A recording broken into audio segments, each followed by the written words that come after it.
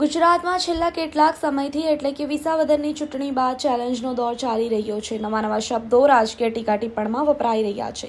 મોરે મોરો લગાવી દેવો ગજની જેવા વ્યાકરણો બોલવામાં આવી રહ્યા છે।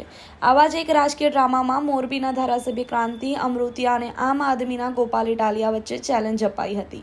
રાજીનામાની તેને જ લઈને આજ રોજ ક્રાંતિ અમૃતિયા પહોંચ્યા હતા। ગાંધીનગર વિધાનસભા ખાય પરંતુ કોઈ વિધાનસભા વિસ્તારમાં પરમિશન વગર પ્રવેશી ના શકે। જો કે ધારાસભ્ય રાજીનામું આપી શકે છે, પરંતુ ઢોલ નગારા બેનરો કાર્યકર્તા સાથે પરિસરમાં આવવાની શું પોલીસ પરમિશન લેવામાં આવી હતી? જો પોલીસ મોરબીમાં કોંગ્રેસને પકડી પાડે તો અહીંયા પોલીસની આ નીતિ કેમ? વિધાનસભામાં પોલીસ દ્વારા કોઈ કાર્યવાહી કરવામાં આવી નથી અને એક રાજકીય હાઈ વોલ્ટેજ ડ્રામાનો અંત આવી ગયો છે। કેમ કે જ્યારે અધ્યક્ષની એન્ટ્રી થઈ અને ક્રાંતિભાઈની એક્ઝિટ થઈ ગઈ, હાલ તો ગાંધીનગરથી રવાના થઈ રહ્યા છે।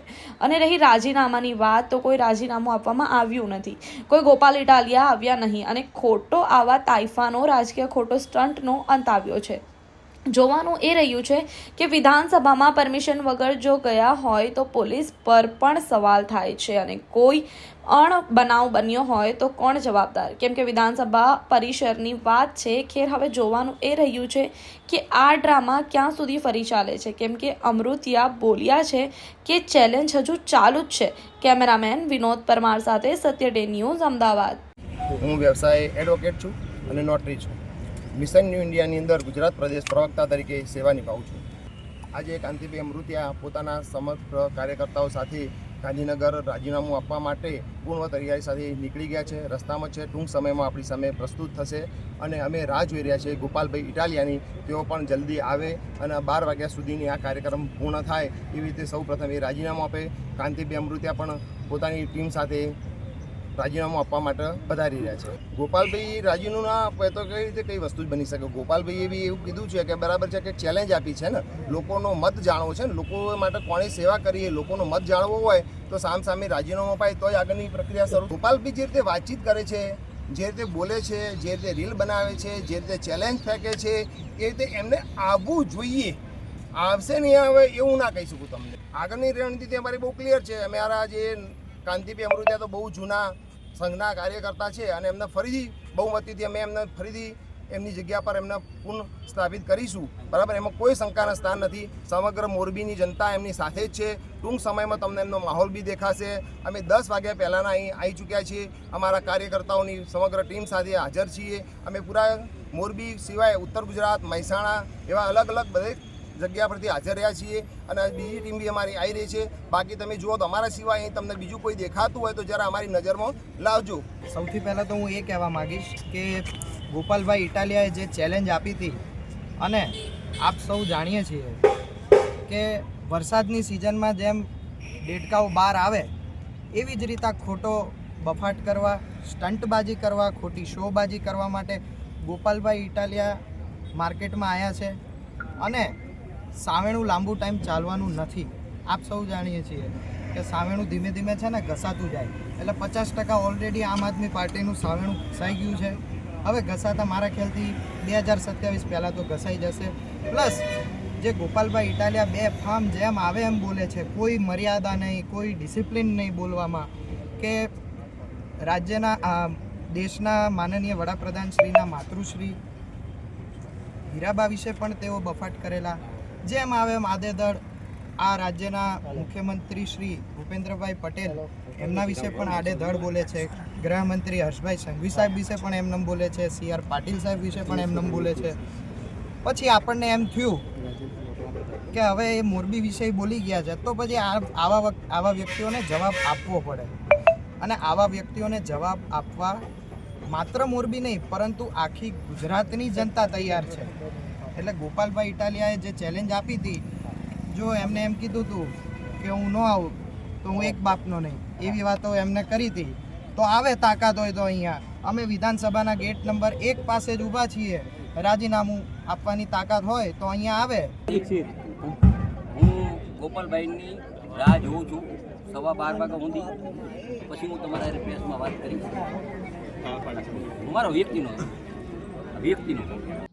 નમસ્કાર મિત્રો, ગુજરાતમાં હાલની ભયંકર પરિસ્થિતિ, રોડ રસ્તાઓની બિસ્માર હાલત, સાથે સાથે ગંભીરા બ્રિજની ઘટના, નલ સે જલ યોજના હોય, મનરેગા યોજના હોય, અન્ય અનેક કૌભાંડોમાંથી લોકોનું ધ્યાન ભટકાવવા માટે બીજેપીએ અને કાંતિ કાકાએ પોતાની નોટંકી ચાલુ રાખી છે.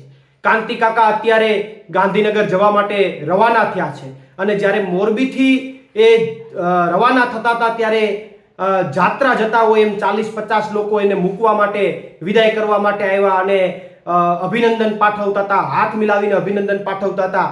અને એ બધા લોકોના મોઢા ઉપર જે હાસ્ય દેખાતું હતું એના ઉપરથી તો મને એવું લાગતું હતું કે જે મૂકવા આવ્યા હતા એને પણ એવી અંદરથી આશા હતી કે જો કાંતિ કાકા વળી જોરે જોરમાં રાજીનામું આપી દે તો આ ગાંઠો મોરબીમાંથી છટકી જાય. એટલે કાંતિ કાકાને બધાએ રવાના કર્યા છે. કાંતિ કાકા અત્યારે ગાંધીનગર જઈ અને ત્યાં નાટક કરશે, જેમ વાઘ માર્યો એમ પાછા લાઈવ થશે, વિડીયો બનાવશે કે જો હું આવી ગયો, ગોપાલભાઈ ન આવ્યા. પણ કાંતિ કાકા આખી ગુજરાતની જનતાને ખબર છે કે રાજીનામું આપવાની વાત તો તમે એકલાએ કરી છે. માનનીય ગોપાલભાઈએ આખા ક્યાંય પણ ઘટનાક્રમમાં પોતે રાજીનામું આપવાની વાત નથી કરી. એમણે તમને એટલું જ કીધું છે કે તમે 12 તારીખે 12 વાગે રાજીનામું આપી દો તો તમારી ચેલેન્જ સ્વીકારવા તૈયાર. પણ આખી વાતમાં એમણે તો ક્યાંય રાજીનામાની વાત કરી જ નથી. પણ તમને અત્યારે આ મુદ્દાઓથી ધ્યાન ભટકાવવા માટે તમે જે આખું ભાજપ નાટક કરી રહ્યા છો અને ત્યાં જઈને આગળ જે કંઈ પણ ચર્ચાઓ કરવાના છે. અને બીજી વાત કાંતિ કાકા કે ગોપાલભાઈને તો હજી શપથ જ નથી લેવડાવ્યા, આખી ગુજરાતની જનતાને ખબર છે.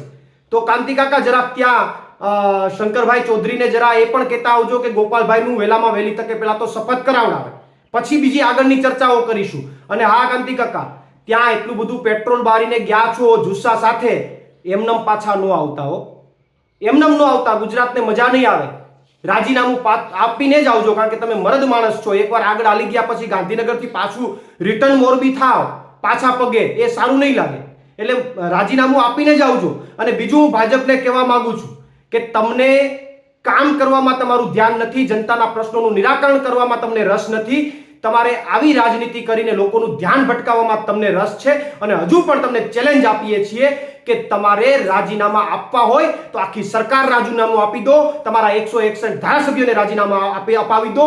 અમે તમારી સામે લડવા માટે તૈયાર છીએ. આ ચેલેન્જ હું ભાજપની સરકારને આપું છું. અને કાંતિ કાકા, ચેલેન્જ બાબતે જરાક તમે પણ વાત કરીને આવજો કે આખી સરકાર રાજીનામું આપી દે. તમે એકલા શું કામ બલીનો બકરો બનો? તો આખી સરકારને રાજીનામું અપાવી દો અને બધી જગ્યાએ આપણે લડીએ અને પછી લોકો નક્કી કરશે કે વિસાવદરવાળી કરવી કે શું કરવું. એટલે કાંતિ કાકા જરાક પાછા એમને ન આવતા, ખાલી વિડીયો બનાવીને, એટલી આપને વિનંતી છે. આભાર. પ્રવીણ રામ, પ્રદેશ ફ્રન્ટલ અધ્યક્ષ, આમ આદમી પાર્ટી. જો તમે આ વિડીયો ફેસબુક પર જોઈ રહ્યા છો તો લાઈક અને ફોલો કરો, અને યુટ્યુબ પર જોઈ રહ્યા છો તો અમારી ચેનલને સબસ્ક્રાઇબ કરો.